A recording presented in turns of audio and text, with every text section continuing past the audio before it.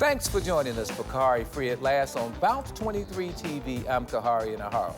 Is there a skin tone color problem impacting black people? Does lightness or darkness of skin tone determine social status in Black Columbus and Black America? If you're light, you're all right. If you're black, get back. Is this true or false? Or excuses used by haters? Joining me is TalkTainmentRadio.com host Earth Jallo, Donella Martin Braddox, and the Reverend Mark Hampton. Reverend, if you're light, you're all right. If you're black, get back. Is that true? Not today it isn't, Khari.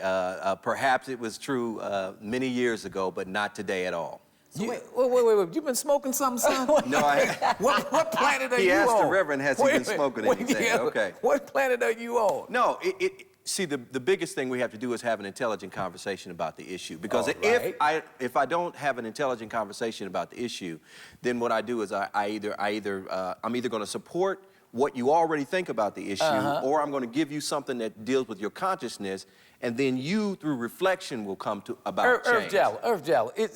Is he straight, or is he kind of a little bit wavering this one? Yeah, he's just, he wavering this AM. We're he going to come back to the conversation. Yeah, okay, because it's very, very true. I see it within the families. I see it with even personal friendships where a young lady came to me, she's a microbiologist, and the white women wouldn't even talk to her at work, was harassing her, and she was called crying.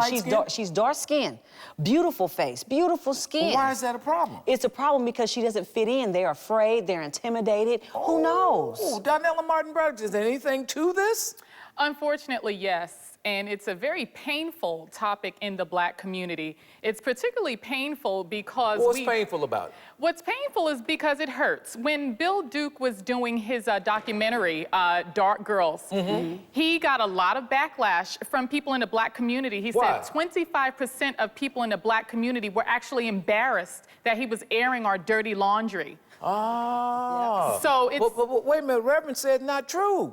Reverend, wait a minute, Donella, Reverend said it does not exist. No. Do you agree with him or disagree? Well, you know what? Let's take it to Harvard University, who did a study in 2008 that showed that still to this day there is what is called a pigmentocracy, not only in the United States, but all over the world. But Reverend says there's no such thing as a pigmentocracy. I like that word. Give him a word and he'll go crazy. Let's put put it in context, Khari, what I'm actually saying. Please do. What I'm actually saying is this.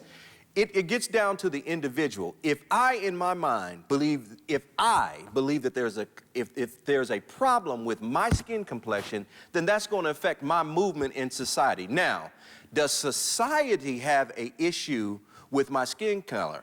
You can look at every statistic relating to skin color, and you can say absolutely yes. Well, wait a minute. So I thought you just said it wasn't an issue. No, my point is this: if I allow that mantra of thinking to stop my forward progress, then it's an issue with me.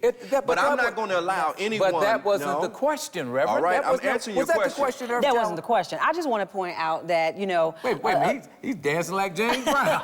Sliding across the floor. Back and forth. I'm putting it in context. The University of Georgia had a study as recent as 2000 that said that it doesn't even matter about the qualification or the education skills of an applicant, that the light-skinned applicant is more apt to get the job. Wow. Is that true? I agree with that. I agree with that. But here's my point. So those are the statistics. Those are the issues. What is my response to that? But that wasn't the question, Reverend. I understand. Maybe I misdiagnosed the question. You didn't. But my point to you is this. I still have to push through. I understand. That no matter what the playing field is. And I have to kind of have athletes' memory. Well, let me rephrase it. Does a color complex problem exist between African Americans? Yes or no?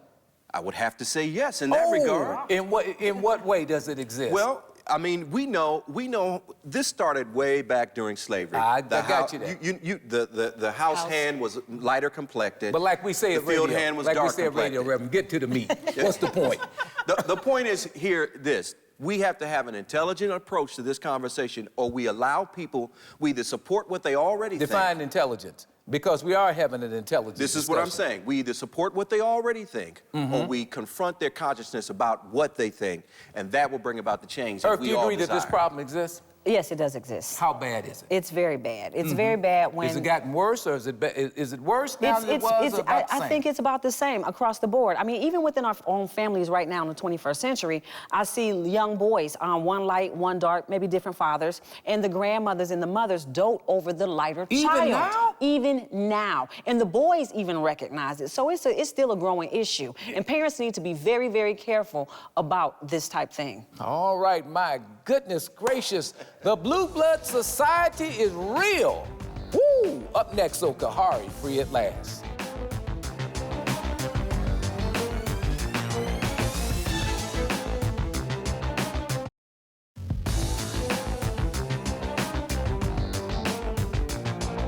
Welcome back to Khari, free at last. In her study, Skin Tone Effects Among African Americans, Joni Hirsch says that lighter-skinned African Americans have higher educational and income levels, better housing, and live in superior neighborhoods, and are more socially integrated than darker-skinned black people. Whoo! Joining me is TalkTainmentRadio.com host Irv Jallow, Donella Martin Braddix, and the Reverend Mark Hampton. Hirsch says that there is a cast, if you want to call it cast, that is, they're documenting on the ground where there are income level differences, they live in better neighborhoods. This is more than just an emotional issue. This is a statistically based issue. Is that right? Absolutely. We were having a discussion, and you can tell that light-skinned women marry dark-skinned men marry light-skinned women. Just look around the neighborhoods, just look within your families, you see this. This is not nothing new. So what's that got to do with income levels and social studies? I mean, come on. They're accepted. They're accepted. They're not as scary, I guess. Do light-skinned people live in better neighborhoods? Do they go to better schools? Do they get better education? Do they have better jobs and get better housing? It's hard to believe because it really sounds like we're talking about the Reconstruction era where you had the light-skinned class and you had the permanent, darker-skinned undercast. Used to call it the blue blood. Right. Yeah. And so, but the thing about it is, as embarrassing as it is, and I keep saying how embarrassing it is because it does hurt. It's a personal issue that we have to live with daily that we don't talk about. You do have those statistics, and even if you don't want to look at the statistics, let's throw the statistics away for a minute, and let's look at the legions of dark people who have lower self-esteem because they're not regarded as beautiful. Why are we so afraid, Reverend, to discuss this issue? I mean, I can talk about economics, and every time I approach this one, everybody goes through changes. Tell me what's going on here. Why? Well, it's because we're very uncomfortable with this subject. Why? Because of our history in this nation. That's why we're uncomfortable with it. What do you mean? We're uncomfortable with it because we know that African Americans were enslaved. We know that black women were raped by white men during slavery. We know that the lighter skin actually receive more preference. Now, I'm the darkest African American on this panel right now, and I can assure you of one thing. That I am treated differently. I don't know if you're darker than me, so don't even try that. But anyway, go ahead, Mr. Chocolate. All right. I can assure you that I am treated differently. Just as early as last week, I'm at a counter doing business, having a discussion with someone, and someone of another race walks up as if I'm not even standing there and begins to dialogue and conversation. And I have to turn to that person and say, excuse me, did you not see that I was involved in a conversation? I've seen that. But that's outside. That's outside of the racial population. I'm talking about within the group. That's what I'm talking about. Is there a racial caste system, Irv Jallow, within the black community? Yes or no? Yes, absolutely. I see it within the schools. When you go into the schools and there's so many dark-skinned little boys who are in timeout, in peak, on AEPs, always getting punished. I've seen it where dark-skinned children weren't even the culprit, and they've gotten called out. Now, in social Columbus, in social American, black social America, does it exist? Are there certain fraternities, sororities that you can't get in if you're Mark or my complexion? Is that true? Well, does that exist? Let's put it this way. Ebony Magazine blew the lid off this in the 1950s when Ebony Magazine talked about for women, particularly, that skin color is a privilege. And women who have lighter skin colors usually marry, you know, more prosperous and successful men. It was happening in the 50s. We see it today. So it does affect income. It affects your whole life destiny. Now, Irv, you talked about that if you go to the prisons, if you go to substandard housing, if you go to the lower income community, you find more dark-skinned people. Yes, but when you do the opposite, when you go further out with a higher income, you find more light-skinned black people. Absolutely. They're given more opportunity. Is this really true? Yes, it is. It's definitely very, very true. And you know, a lot of women don't want to admit it. And I've had these discussions before where light-skinned women do get, light-skinned people do get more privilege. So why are we so afraid to deal with it? Explain that to me. We're afraid to deal with it. So what you're telling me is that because you're light-skinned and you're halfway light-skinned, that you don't get privilege over dark-skinned women. Is that what you're telling me? Well, the thing about it is you get... Wait, I asked you a question. Is that what you're telling me? Yes, you get more lighter skin. I'm going to admit it. Yes, I am. Thank you. And I'm here for all the women. Absolutely. But lighter skinned women get more play from men. Yes. Why? They're considered prettier. They're considered prettier. better looking. Just like all the women. And it's unfair. You hear dark-skinned girls say all the time, wow, they just said, oh, you're pretty for a dark girl. For a dark-skinned girl. So it's something that is not, you know, it's considered unusual to be dark-skinned and be considered beautiful. If that's that painful, why won't we deal with it? Well, Khari, listen. Marketing, branding, and advertising has created this problem. I got that, but why won't we deal with it, Reverend? Because it's coming against the philosophy that most of us already hold. Which is? The consciousness that because of our imagery, what we've seen, darker complected people are the people who had the low-end jobs, the people who were behind prisons, non-articulate, non-educated. Lighter complected people were seen as educated, people of opportunity, articulate. So if you're light, you're all right. Etc. Yeah. If you're black, No. get back. What I'm saying is no. What I'm saying is marketing, advertising, and branding over a protracted period of time By who? has created this thing. By Absolutely. who? It's not just happening with black folks. It's happened cross-culturally in America because of You think the world. same problem exists between white people? Absolutely. When you got darker white people, you got don't they lighter like white tall, people? dark, Yeah. and handsome? But I'm asking you, does this problem exist with other people other than black people? Well, what's the first thing when a starlet wants to get noticed in Hollywood? She dyes her hair blonde and gets a boob job.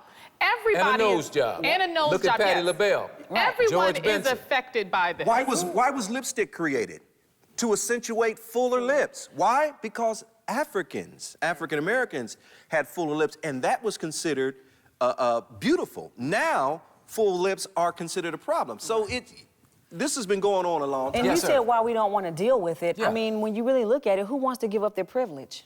What mean? What privilege? The light-skinned privilege. I wouldn't wait for When did black get to be a privilege? I'm just saying, you talking about with class, You talking about colorism. between people. Yes. So you saying... So if I'm light-skinned, why would I want to, you know, give up my beautiful home or my, you know, my prestigious income? You're telling me light skin is a privilege?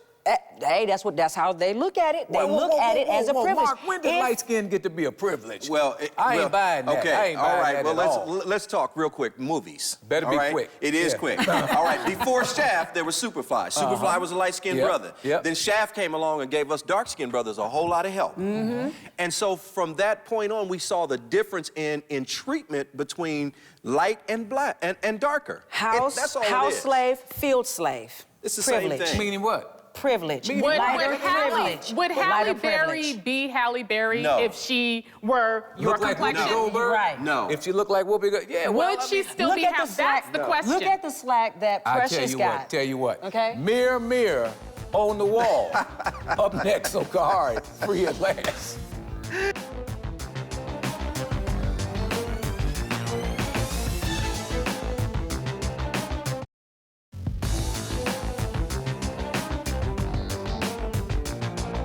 Welcome back to Khari, free at last. Dr. Keith Maddox studied cognitive representations of black Americans. Oh, I love those words. Asserts that both black and white people associate intelligence, physical attraction with light-skinned blacks, and poverty, crime, and unattractiveness with dark-skinned blacks. Joining me is TalkTainmentRadio.com host Earth Jallow, Donella Martin Braddix, and Reverend Mark Hampton. Reverend, we were kind of getting to that a little bit. And Dr. Keith Maddox, I remember when he came out with this study just a couple of years ago. And then everybody said, oh, start running for cover because now this is a guy from Tufts University. So he's a tough brother. Right, I mean, he come out with a tough study. Right. So he knows what he's talking about. Is this true? I would have to say, yeah. If you're dark, are you associated with being unattractive? Are you associated with being a criminal? Or are you associated with being dumb? I'll even go this far. The facts are supporting that statement. If you look at the prison system, if you look at our school system with kids who are in trouble in the system, low-income schools, yeah. But listen, it's because this is how we're treating these people. Okay, but what role does dark skin play in all of this? When you look at a dark-skinned person, do you see them differently if you looked at a light-skinned black person? Absolutely. Do you see them different? Now, Reverend, don't I'm gonna have to give. Don't be sliding. I'm gonna give you an answer that really needs to be said. Well, get to the meat. All right. The way the brain works is this: it does three things. It records information, stores that information, and then retrieves that information. So what happens is people develop opinions about what somebody is or some person is. That opinion goes into their consciousness, is locked in. So when I see a dark-skinned person, I associate that with a previous memory.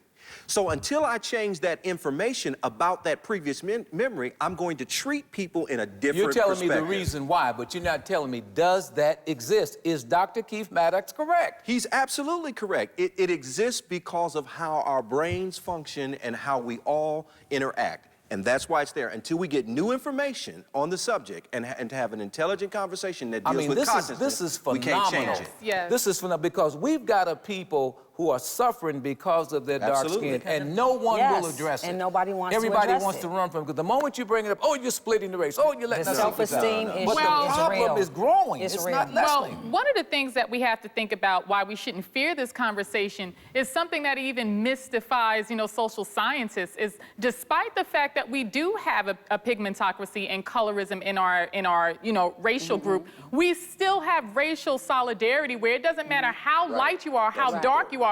Black Americans particularly still identify as black. So the thing about it is we can have these conversations in a safe manner and say, guess what? We do all identify as black, but let's get to Wait a minute, that might be changing. If you look at the U.S. Census Bureau, they came in and said, look, what percentage of this are you? What percentage of this are you? What percentage?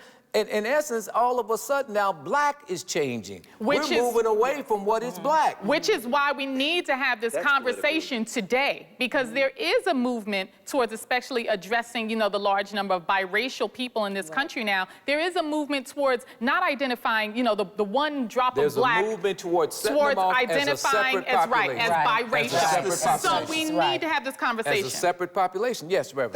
That's the census. This is a government-ran agency, okay? So here's the point. To get those numbers is to break down the society to a degree where you really no one culture has authority. You follow what I'm saying? No, I don't. So no, what I'm saying, if you break it down, you're trying to move people from identifying as African American.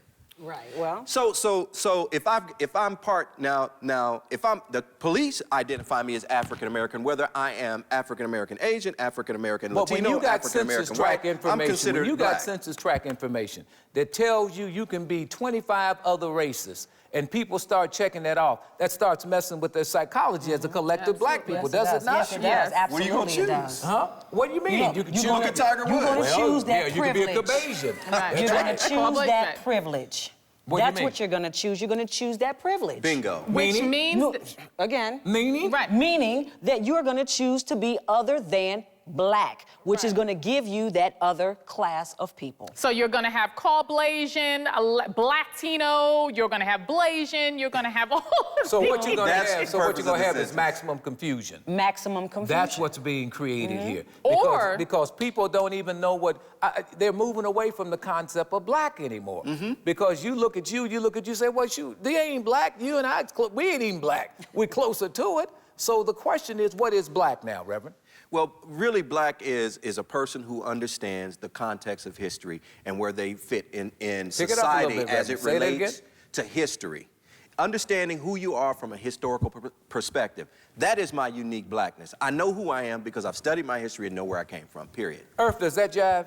That might work for him. Well, does it work for you? It don't work for me. Why not? And because for me, it is if you are black, if you understand the struggle, you have been through the struggle, this is who you are. It's your culture, and you go back and you retrieve it, and then you start to live it. So so if I'm very, very light or very, very black, you're saying I'm still black. You are still If black. I'm very, very light, I can't go off and be half Irish and half black. I have a Is that problem what with you're that. telling me? You can go off and be half Irish, you know but that history. but no, not even just if you know the history, but it's who you are. Who do you accept yourself as? Who are you? Donnell, you got a problem with it. Why? I do have a problem with that because that whole 1/8, if you have 1/8 of black blood, suddenly you're black, like black is a pollutant. And if your DNA structure has you as 85% other and 15% black, how are you identified as solely black? Black is not a Society. pollutant. Oh, wait a minute. Are we Society. calling Obama the first black president? All day, Maybe we every shouldn't day. call him that. He himself identifies as black, and that's okay. But if you have people... That doesn't fit what you just said. If you you said have- you got a problem with that. I do have, especially if someone says, hey, I'm only 15%, black. I do not want to be identified as black. Do you look That black? should be their choice. Do you? That's what I it's worry really how about. black? society treats you. But do you look black? Because that's going to determine our movement. I understand about looking black, et cetera, That's but what it's how worried me. society sees That's it. what worried me. Now you get people moving out because I'm only 10% And that is black. what is happening. That's the problem. All right, Absolutely. stay right there. Breaking up is hard to do. Next on Khari, free at last.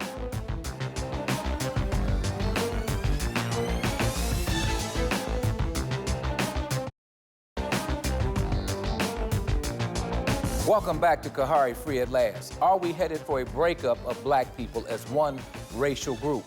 Will we see new color classifications and racial groups emerge in America based on skin tone color, as in Brazil and India?